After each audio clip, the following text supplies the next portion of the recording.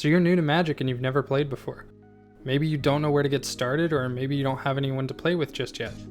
Don't worry, I'm Caprinic Tutor, and I'll be your guide on how to play Magic the Gathering. Our first topic today is going to be mana and land cards. We're going to discuss different types of mana as well as different types of lands. So stay tuned and enjoy the ride. So just like a lot of video games, mana is what you use to cast spells. In Magic, there's 5 main types of mana, with blue, represented by islands, green, represented by forests, red, represented by mountains, black, represented by swamps, and finally white, represented by plains. You also have colorless mana, which basically just means it's not affiliated with any of the main 5 colors, and can be used universally for anything that doesn't have a color associated with it. The main types of lands you're going to be seeing when playing Magic are going to be basic lands. Basic lands are plains, islands, swamps, mountains, and forests. Each one represents the color on the card, and you tap them for 1 mana each.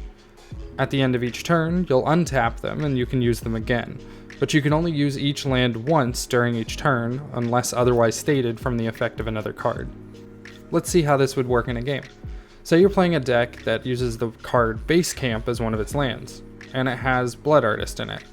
If you tap Base Camp, you could pay the 1 mana cost in Blood Artist, but you couldn't pay the black mana cost. This is because Blood Artist's total cost is 2. One of those can be any color, as represented from the gray number at the top, and then one of those has to be black, as represented from the little swamp symbol. You may have noticed that Base Camp also has a secondary effect. This is what's called a tribal land. The reason it's called that is because it has a special effect based on the creature types that you might have in your deck. For example, if you have a different vampire, let's say a Cleric of Life's Bond in your deck, you could use Base Camp to pay either the white mana cost or the black mana cost because of Base Camp's tribal effect. Now let's talk of some of the more unique types of mana and the more unique land types that you might encounter when you're playing. As far as mana goes, the other 2 types of mana you might see very often are Phyrexian mana, which you can either pay with the color represented, or you can pay by sacrificing 2 of your life points. And then hybrid mana, pictured here with white and black kinda spliced together.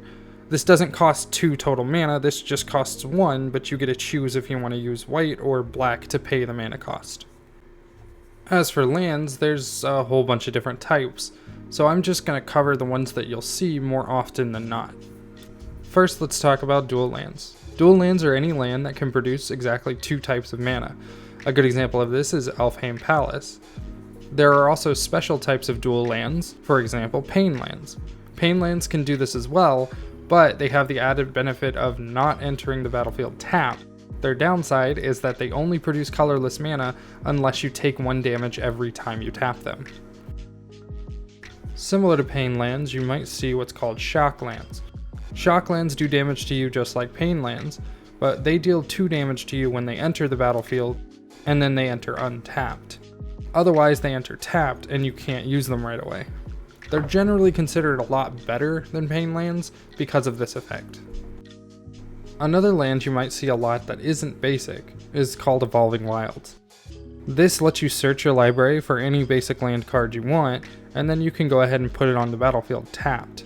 You have to sacrifice Evolving Wilds though, so effectively you just don't get your land drop for that turn. A better version of this would be something like Flooded Strand. This is what's called a fetch land. Fetch lands do something very similar to Evolving Wilds, with the one major difference being that they don't have to search for basic lands. So something like Flooded Strand can search for any land that has the typing of plain or island. On top of this, there's several other types of lands you might encounter when playing Magic. This largely depends on the actual format you're playing in, whether you're playing in Standard or you're playing in something like Commander.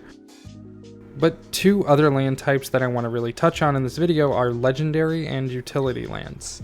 Utility lands are lands that have some type of special effect, and Legendary lands are lands that you can only have 1 of on the battlefield at once. The reason for this is if you were able to have multiples, it would break the game a little bit and make it unfair. Pendelhaven is a good example of a utility land that is also a legendary land. Tolarian Academy is just a legendary land, however. Pendelhaven, because it has an ability that does something other than generate mana, is technically a utility land as well as a legendary land. Whereas Tolarian Academy is just technically a legendary land, as its special effect is a mana generating effect. Now that you know the basics of how land and mana work in Magic, I'm curious, what kind of lands do you think you'd put in a deck to summon something like Okagachi Vengeful Kami? This card is a legendary creature that requires one of every color as well as a colorless. So you'd need 6 total mana, but how are you going to get one of every color in a deck and make it work? While you think of that, I just want to say thanks for watching. Please like and subscribe if you enjoyed it, and leave a comment so I can go ahead and respond. As always, I'm Caprinic Tutor, and I hope you have a wonderful day.